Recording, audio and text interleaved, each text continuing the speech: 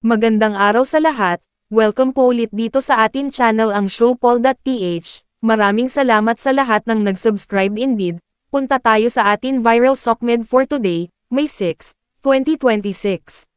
Breaking news, sa ika-9 na pagkakataon, muling iginiit ni Senador Raffy Tulfo na wala siyang plano na tumakbo sa pagkapangulo sa 2028. Ipinahayag ni Tulfo ang mga pahayag matapos ipakita ng isang Commission Pulse Asia poll na siya ay pantay sa bilang ng boto sa matagal ng nangungunang survey na si VP Sara Duterte kung gaganapin ngayon ang isang halalan sa pagkapangulo. I'm very happy as senator like I said. So bakit pa ako aakyat sa higher office? The popular broadcaster turned politician told reporters. Well, una sa lahat, buong pakumbaba, ako po yung nagpapasalamat sa tiwala.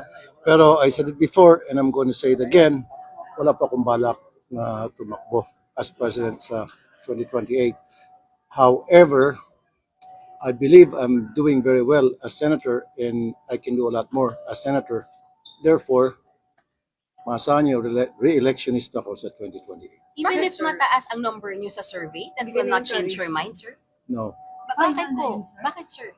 I'm very happy as senator, like I said. So, ba't pa ako aakyat sa higher office? And then, I don't want to commit the same mistakes that others committed. Mga elected officials, first termer pa lang sila, and then after first term, tumatakbo agad sila sa higher office, so higher position, and they fail. Sir, So, kahit pa magkaroon ng clamor for you to run. I don't think so. Final answer niyan, sir, na hindi. Final answer. What if mas makakapaglingkod kayo as president? Pwede na ako maglingkod as senator, di ba? Pareho lang naman yun, lingkod bayan tayo. So, yun yun. Pero mas malawak, sir, kung president. Mas maraming sakit sa ulo. O, di ba? Sir, kahit mas tumaas ka na sa survey kay VP Sara. Mas kinumabot pa hanggang langit.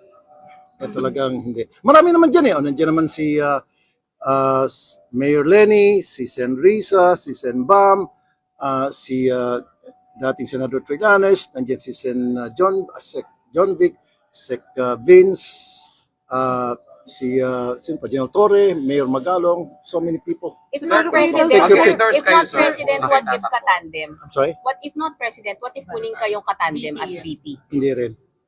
Happy na ako as being senator. Pero you will endorse, sir. When the time comes, I think kung kapareho ng advocacy ako, why not? Why not? Depende kung sino yung candidate na tatakbo as president or vice president, I will know later. Is VP Sara among the options na susuportahan ninyo? I-endorse nyo? Well, sa ngayon, siya pa lang ata ang very clear na tatakbo. Wala pa naman nakalatag na iba. So titingnan ko kung sino yung kapareho ng advocacy ko. So most likely yung supportahan ko.